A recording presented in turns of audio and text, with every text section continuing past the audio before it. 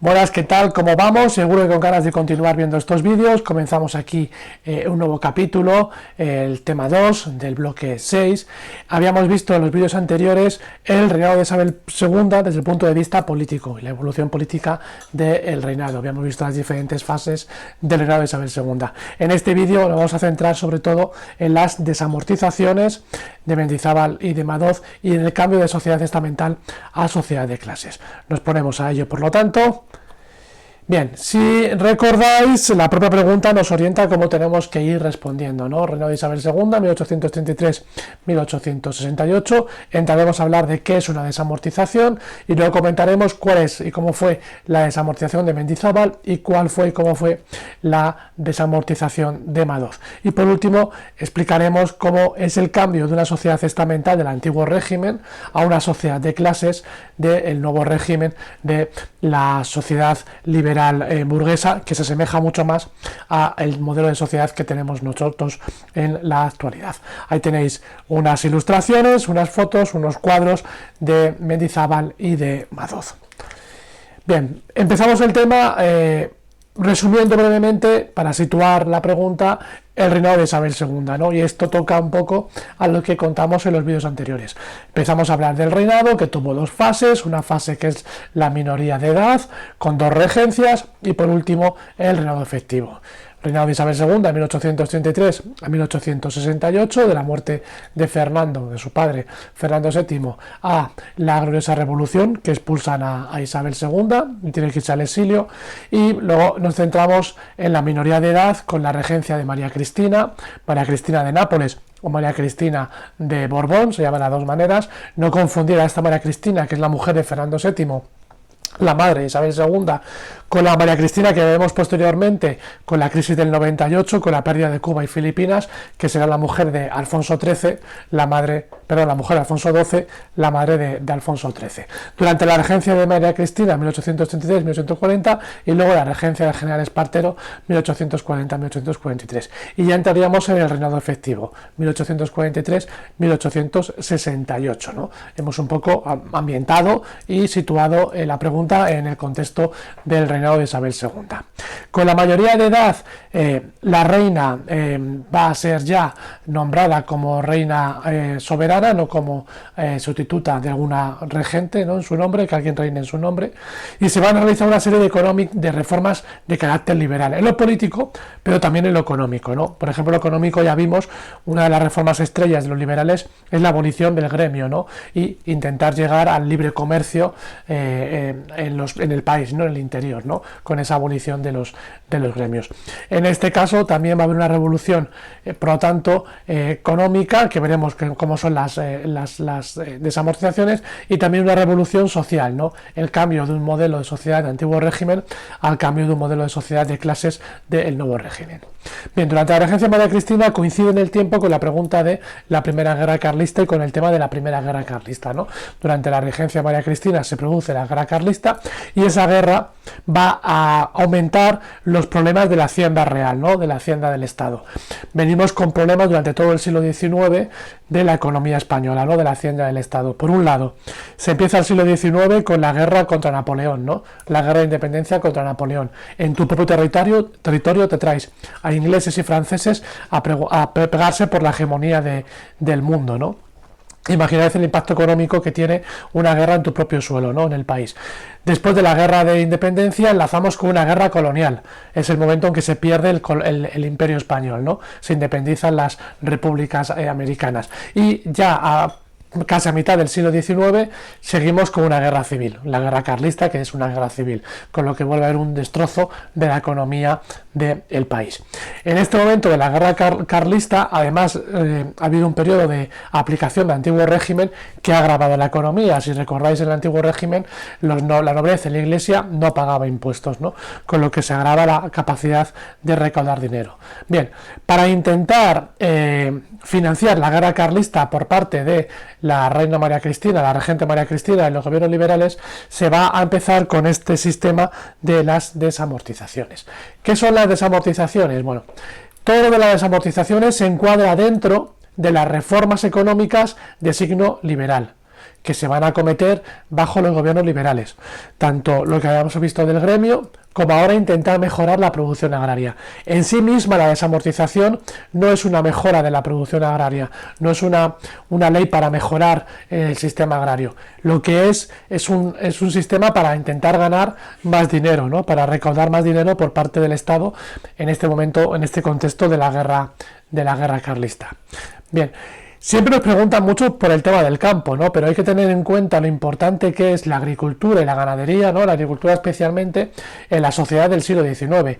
Hasta bien entrado el siglo XX, en la mayor parte de la riqueza del país y la mayor parte de los puestos de trabajo del país estaban vinculados con la agricultura y con la ganadería. Era un país agrario. Por lo tanto, siempre hablar del tema de la agricultura es fundamental para entender la economía de España hasta casi mitad del siglo XX, que es cuando empieza a diversificarse la economía con la industria, con el sector servicios, etc., etc., hasta la actualidad, ¿no? Pero entender cómo funciona la agricultura y cómo se reparten las tierras es fundamental para entender la economía y la sociedad de los tiempos pasados, ¿no? Por eso nos preguntan mucho sobre temas de la agricultura. Bien, entonces, la desamortización forma parte de las medidas para intentar liberalizar la tierra. Si recordáis, lo vimos en los temas de Cádiz, en los decretos de la obra legislativa gaditana, cómo se empieza a acabar el antiguo régimen con un sistema nuevo, el sistema liberal, en el cual la tierra ya no está vinculada. Si recordáis, en el antiguo régimen la tierra pertenece no a una persona en concreto, sino pertenece a la familia, ¿no? En este caso, para proteger sobre todo los ducados, los marquesados, etcétera. La tierra no es del marqués de Cubas, la tierra es del marquesado de Cubas, por ejemplo, ¿no? De tal manera que un marqués en un momento dado no puede vender, no puede vender e intercambiar tierra, porque no le pertenece a él, le pertenece a la familia, es decir, a los muertos y a los que vendrán después de él, a los abuelos y a los nietos, a los bisnietos, es toda la familia. Y la ley lo que hacía en el antiguo régimen es defender esa propiedad para que se mantuviese en el tiempo. Con el liberalismo es un cambio de mentalidad y ya la tierra no pertenece al ducado, pertenece a una persona, a Pepe, el duque de Cubas, pero a Pepe, y puede hacer con ella lo que quiere. De esa manera que se liberaliza la tierra. Por fin la tierra puede ser vendida o puede ser intercambiada. Bien, además se suprime el mayorazgo o la abolición del régimen señorial. Bueno, todo esto lo hemos explicado muchas veces ya con el tema de Cádiz.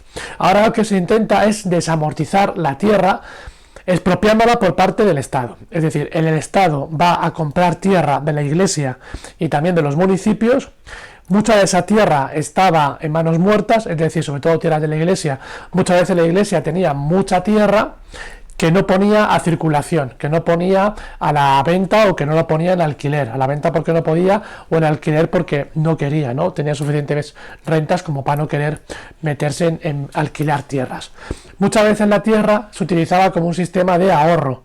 Las familias tenían tierras o la Iglesia tenía tierras para ahorrar, para en caso de necesidad ponerla en circulación o ponerla en alquiler. Bien, eso lo que hacía es que había mucha tierra que estaba en manos muertas o tierra que no se cultivaba y eso iba en contra de crear mayor riqueza y dar puesto de trabajo a campesinos porque esa tierra estaba a manos muertas.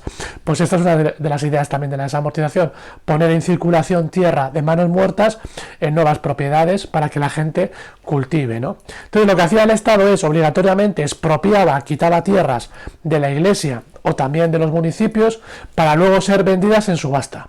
La diferencia del precio que había puesto pagándolas por la expropiación y lo que había ganado en la subasta es el beneficio que se quedaba el Estado.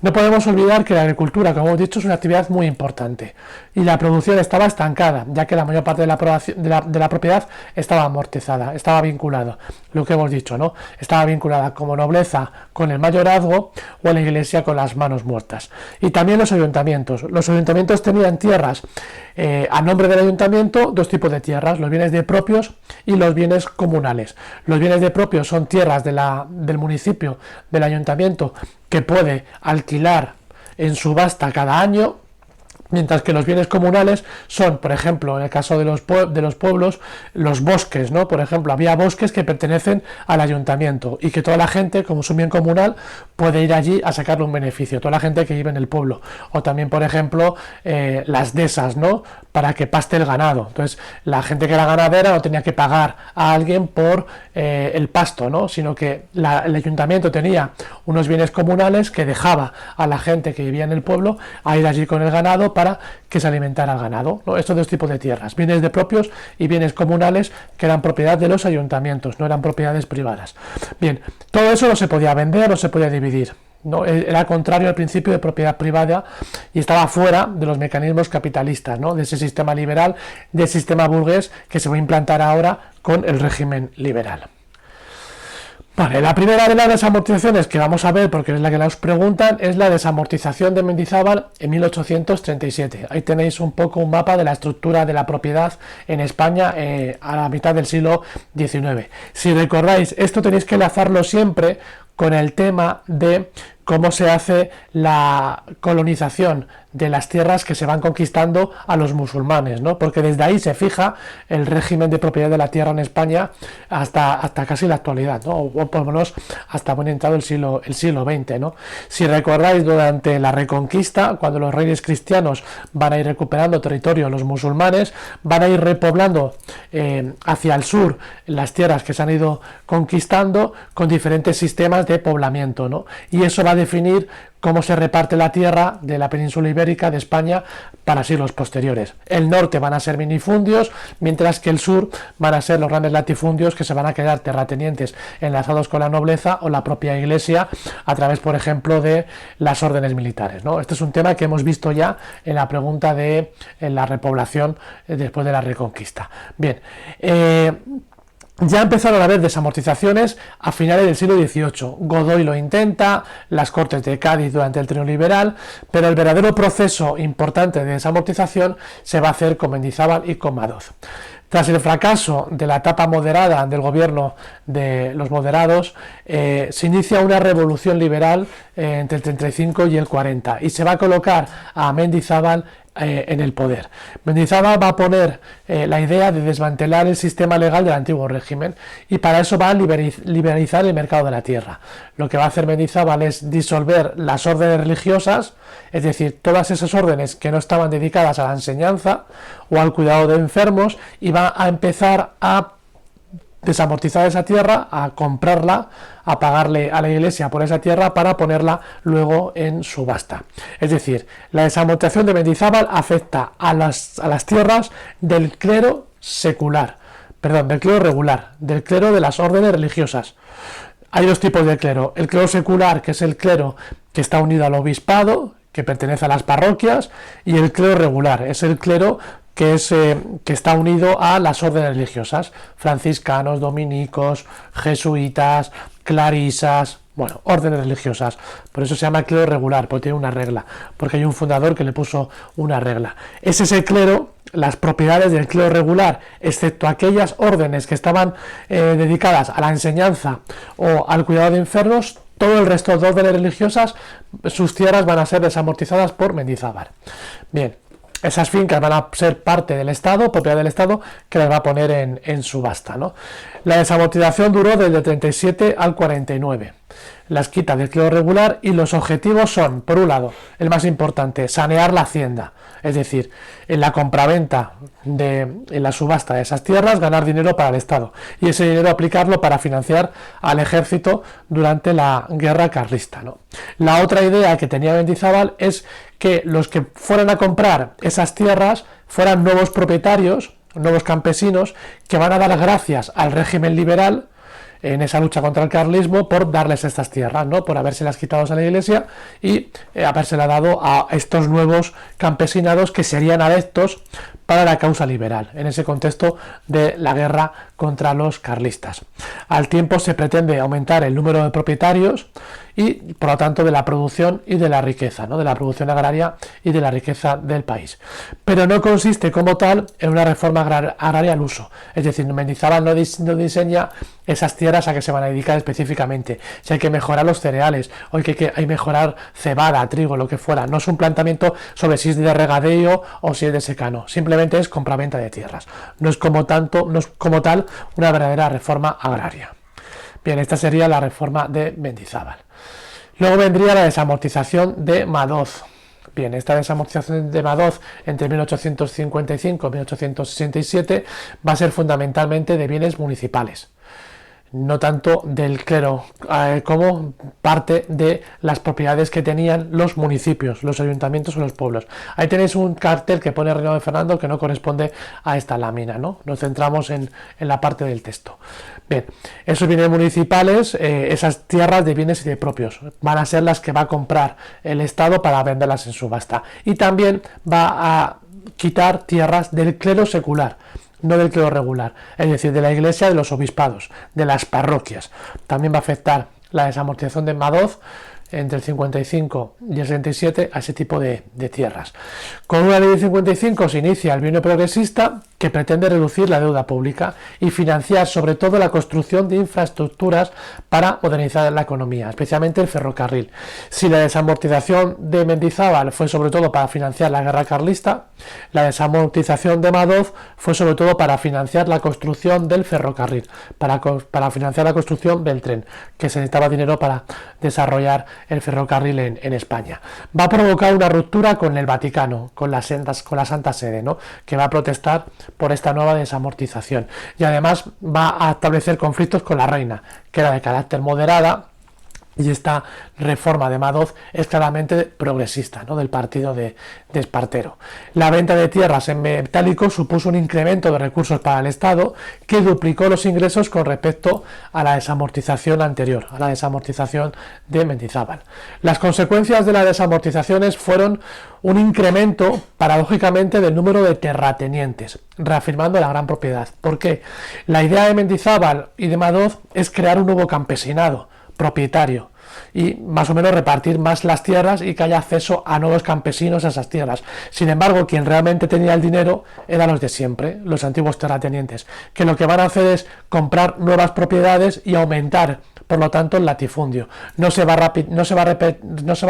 a repartir las tierras en pequeños campesinos, sino que esas tierras al final las va a comprar, porque son en subasta, los grandes propietarios, con lo que se vuelve a aumentar el número de terratenientes. Deja de ser terratenientes de la iglesia, pero sí que van a ser terratenientes particulares los que van a comprar esta gran propiedad que se va a vender, ¿no? Se vende mucha tierra en poco tiempo.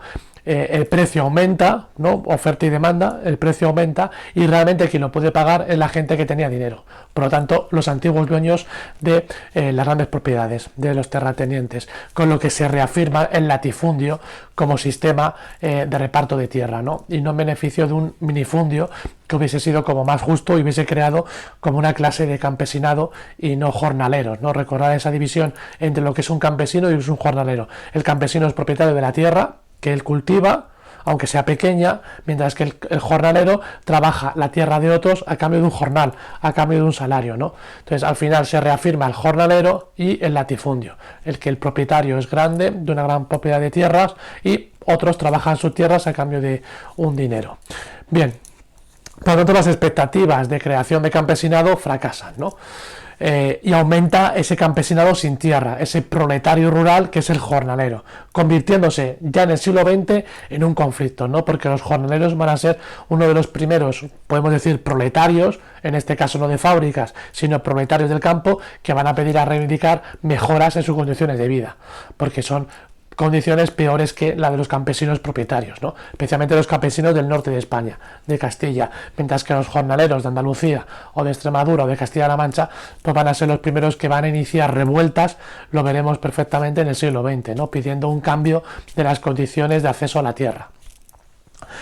Vale. Los efectos sobre campesinos pobres y trabajadores agrícolas fueron muy negativos, ¿no?, al desaparecer también las tierras comunales, esas tierras de los ayuntamientos que servían para complementar la economía de la gente de los pueblos, ¿no?, y para sobrevivir. En muchos casos, esa desamortización de Madoz, que va a repartir bienes municipales, va a perjudicar a la gente que vive en los pueblos, ya que mucha gente que vivía en los pueblos, esas tierras comunales les servía para redondear su economía, ¿no? Para no producir mayores gastos. Por ejemplo, es un campesino de un pequeño pueblo que tiene una pequeña finca. Gracias a las tierras comunales puede, por ejemplo, si va a los bosques, coger leña sin tener que pagarla, porque le pertenece a todos los habitantes, y eso hace que su economía pues tenga un gasto menor, ¿no? O ir a los bosques a coger algún fruto, a coger alguna seta, para mejorar también la dieta, ¿no?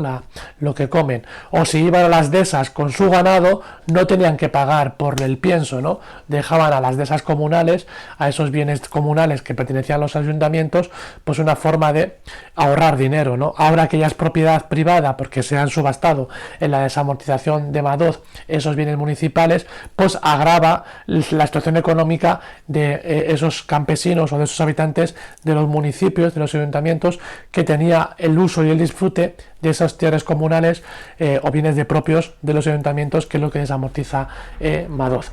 Por otro lado, el hecho de poner tanta tierra a la venta va a perjudicar la inversión en industria. Es decir, los propietarios o los grandes terratenientes o la burguesía con mucho dinero va a haber posibilidad de negocio en la compra de estas tierras y no va a invertir su dinero en el fomento de la industria, con lo que va a haber una traición hacia la burguesía industrial en beneficio de una clase de propietarios que eran dueños de tierras pero que no invertían en industria, ¿no? Es decir, se va a disminuir las inversiones que hubieran sido necesarias en industria para invertirlo en compra de tierras. En muchos casos este dinero no va a servir tampoco para ampliar tierras cultivables y aumentar la producción, ya que vamos a volver a entrar en una etapa de también tierras muertas, ¿no? Han comprado tierras también como sistema de ahorro. Bien, sí que se va a reducir la deuda pública, sí que va a sacar dinero del Estado, sí que va a financiar la guerra carlista y sí que va a financiar la construcción del ferrocarril. Por otro lado, va a suponer las desamortizaciones un distanciamiento entre los progresistas y los moderados, ¿no? Los moderados, si bien no van a parar las desamortizaciones y no van a devolver los bienes a la Iglesia, sí que van a ralentizar la venta de estas propiedades, ¿no? Mientras que los progresistas sí que son más tendentes a la venta de las propiedades a la Iglesia, de la Iglesia o de los municipios. Bien, hasta aquí terminamos esta parte y continuaremos después con lo que nos queda del tema, que fundamentalmente es hablar del cambio de sociedad estamental a sociedad de clases. Por lo tanto, nos vemos en el siguiente vídeo.